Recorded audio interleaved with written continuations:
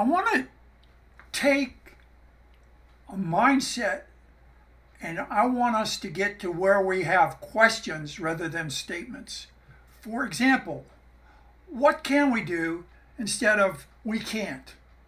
And that is the whole crux of this today, is what we can do.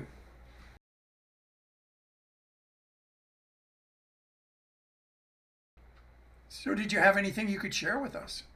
Well, I think going back to question number one, uh, I think the one of the things that we need to do is we need to redefine for ourselves what Toastmasters is. I think since COVID, uh, and the fact that we're meeting so much online is really a detriment. Uh, Folks are meeting this way all the time now.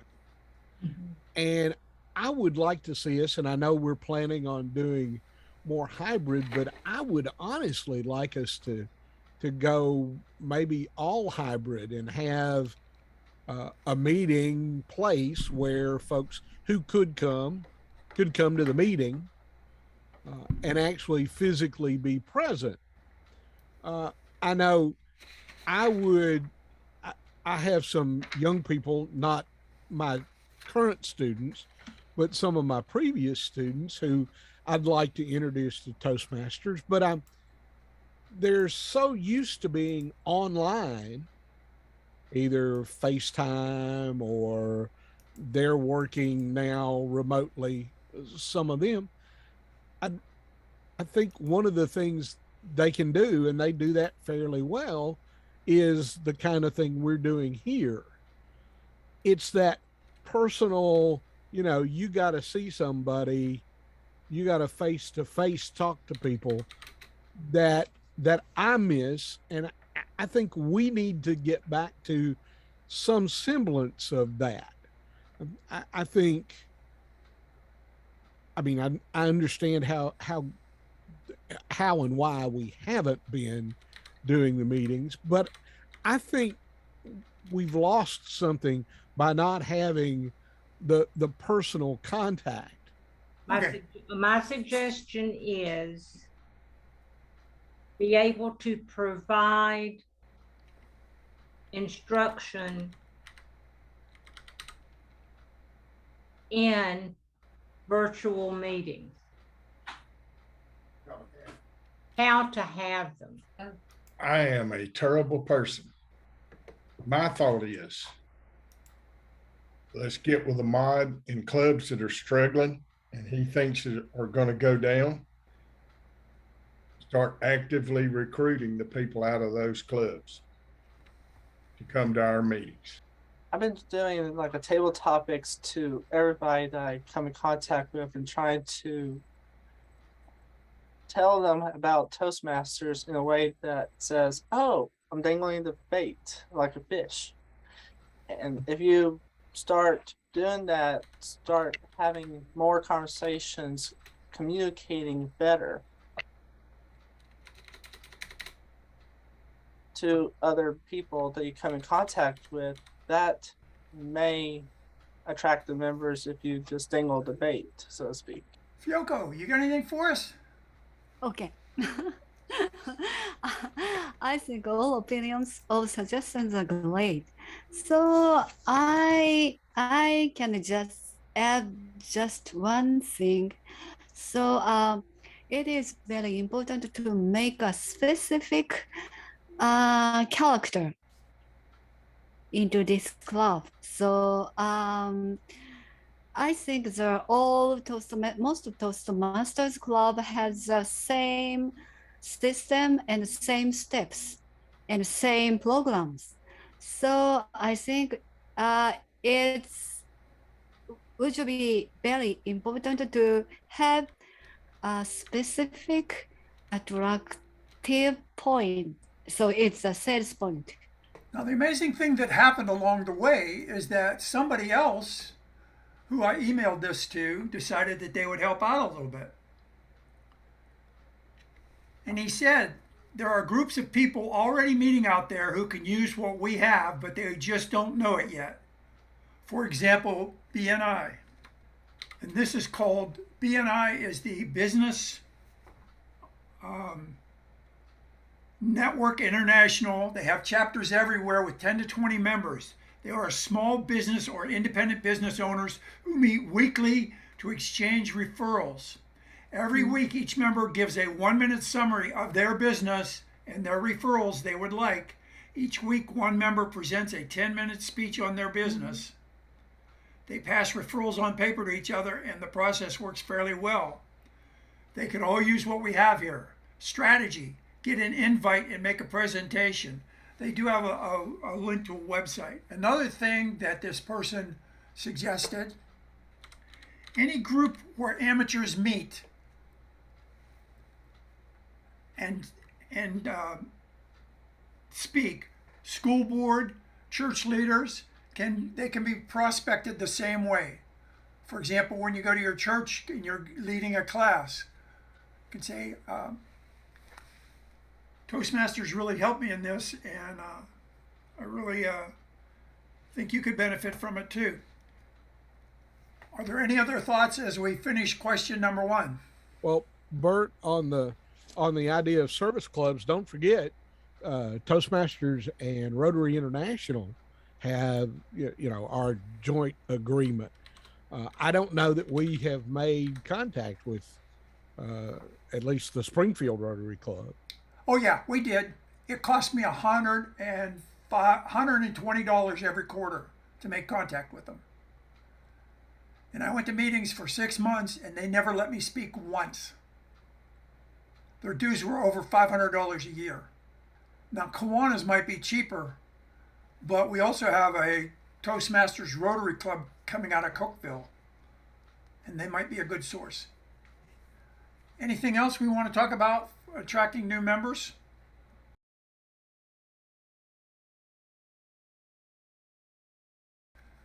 How can we train current members? Tom, you got anything?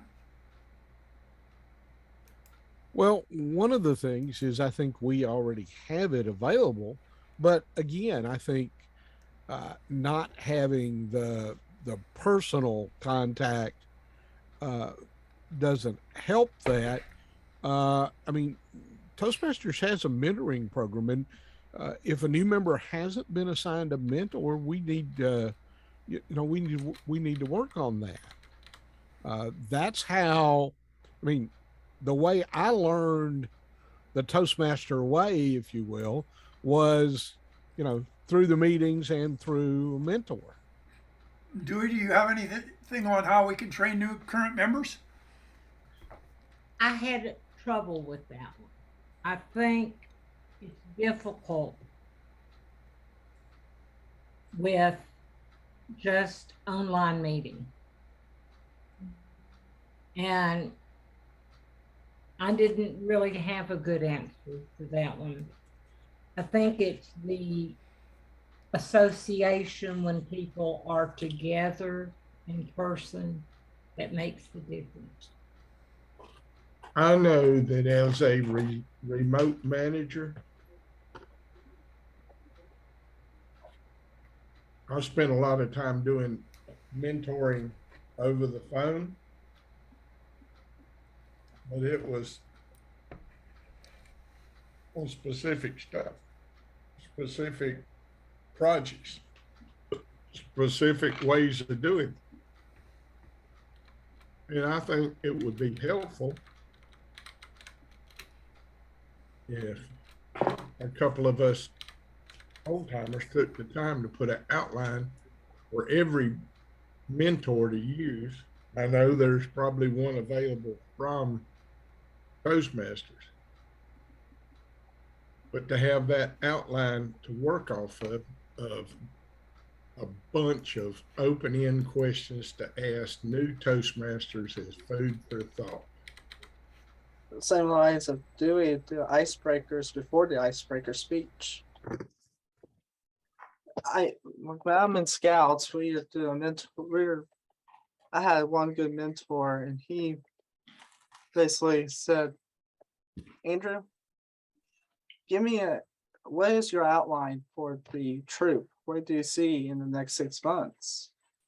Where do you see yourself? And I told him where I saw myself, and he said, those are good. You explained the leadership. And demonstrating that, I became the senior patrol leader because my mentor actually said, whispered in my ear, be a good leader to these scouts. And one of my mentors basically said, you're doing a good job, and give me an attaboy on top of the outline that I gave him.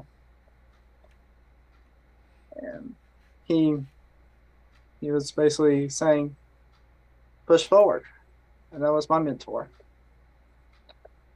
in Scouts. But in Toastmasters, I had a boy from my mentor too. So good job, Bert. Fyoko, you have anything? So assigns, I think it is so useful to assign the role and encourage. And it's also, I think, beneficial to make the exercise that members reach the goals and recognize their position in the pathways candidates. So it's actual Google, like a Google Sheet. So the VPM can show the Google Sheet that is, so it's there is the member's position, each member's position on the pathway. So level 1, level 2, level 3, so project 1, project 2, project 3. So if the members can reach the place and the position and the step, so the check, so we can recognize and get our position, my position on the pathways every time. So we don't miss so when I will have the next speech or the next role. Well, this person that sent their suggestion in said the first thing you must understand is that you are both. This is Toastmasters chapter is a learning environment. You're a learner and you're a teacher. Every time a seasoned member makes a speech, it must be a pathway speech. Every speaker can choose the path, level, and project using free Toast. We already do that. Experienced members need to be shown how easy it is to classify any speech in pathways. Because a lot of speeches that we have in our mind one way can actually be used a number of ways. I know there's one speech I do that could be used three different ways.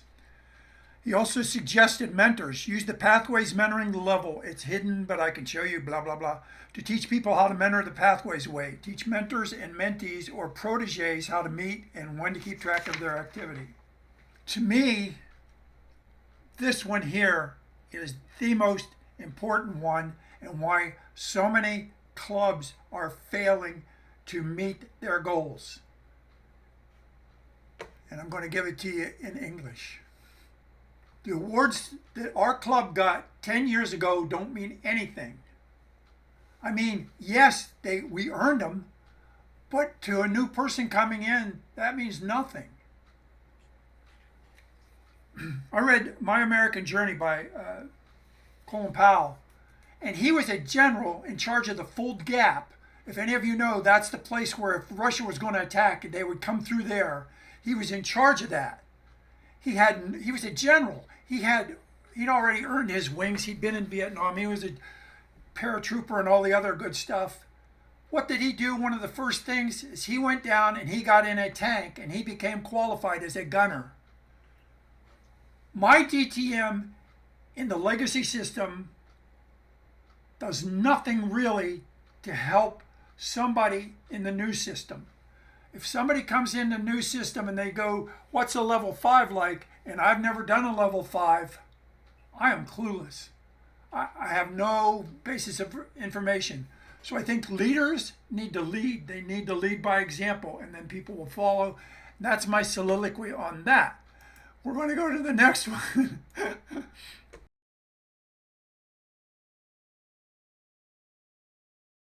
How can we make the meetings enriching and entertaining? Go ahead, Tom. I like the idea, and we've done this for a long time, is having a theme for the meetings. I mean, we've done a backwards meeting. Normally we've had, normally either the vice president of education or the Toastmaster, in many cases, created a theme, or maybe it was the vice president of education came up and folks said, hey, yeah, I'd like to help lead a meeting that's on a particular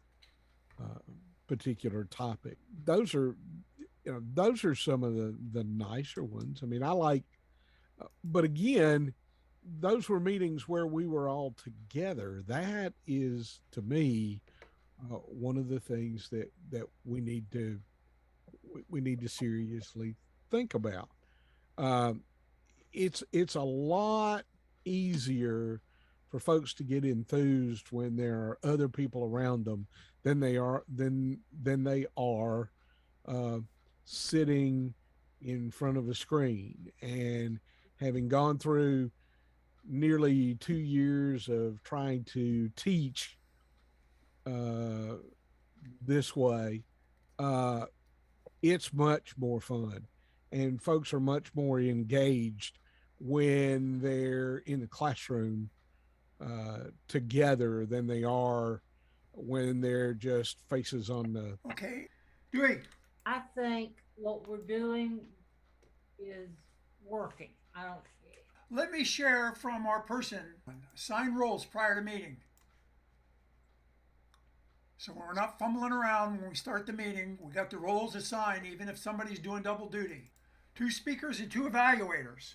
So that if somebody comes, they see there's a real meeting going on, not something that's just been thrown together. And then we come to the one that he suggested, theme meetings. Okay, here we go. One of the things I want to lay on you is called a leveling ceremony. That's when somebody has achieved a level, they get up and they share for 3 to 5 minutes the different speeches they did and what this means to them. Another thing that I think we could do is name that speech. That's where somebody gives a speech without an introduction and we try and figure out what kind of speech it is. Another one I have is whose speech is it anyway? If any of you are familiar with that show, Whose Line Is It Anyway? What we'd do on this one is somebody would start a speech and then somebody else would do the body of the speech and then somebody else would do the call to action. And because we're working on each other's speeches, another one I got is weakest link. Another one I got is never ending story. That's one where instead of table topics, you have this is another one of my suggestions is teams, which I'm going to get to in a minute. Teams would run the meeting, meaning buddy teams. So if we have everybody as a buddy, then instead of assigning the role of Toastmaster who is responsible for everything, maybe these 3 people work together to ensure that everything flows and it's interesting.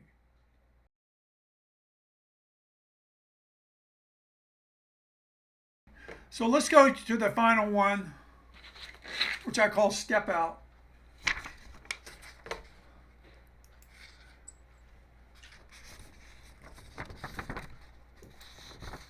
How can we step out of areas we're not using? Or to say this in a better way,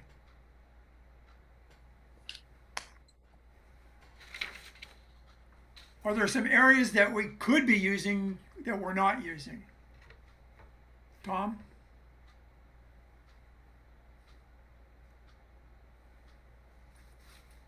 I can't think of any, Bert, that Okay.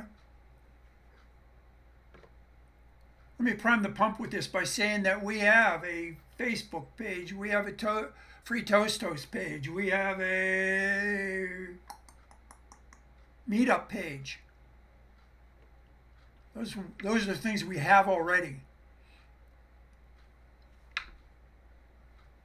So thinking along those lines, is there anything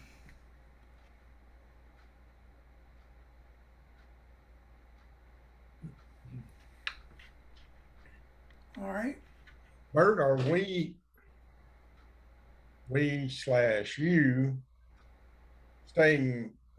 keeping up to date, posting on Facebook, our meetings? I'm having a rough time keeping up with it. They changed the venue on it, and I'm not good at it. I'm going to have to get a hold of Sonia Van Hook, and if somebody knows better, I'll let them go in and update it. But I'm having my hands full. I need to do some more education. Anybody got anything else? All right, my turn.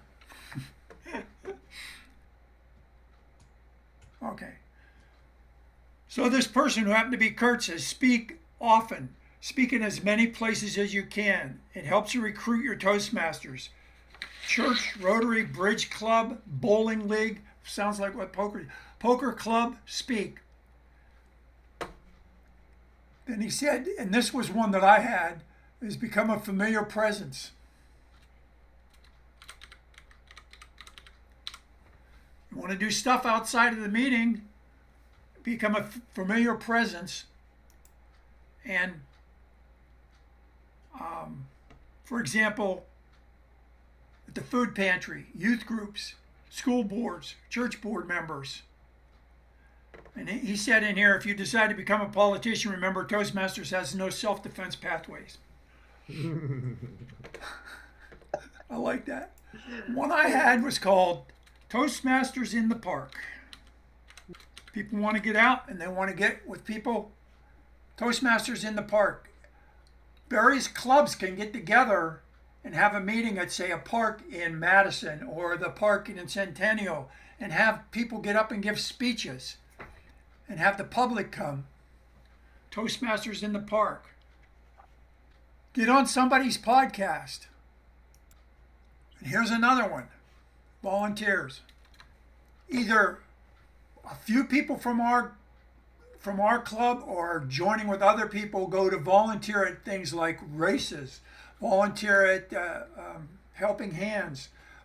There's numerous things we could volunteer for. And then the big one, Speechcraft.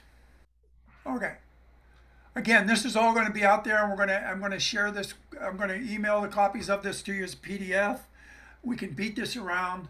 But what I want you to do, what I want you to think about,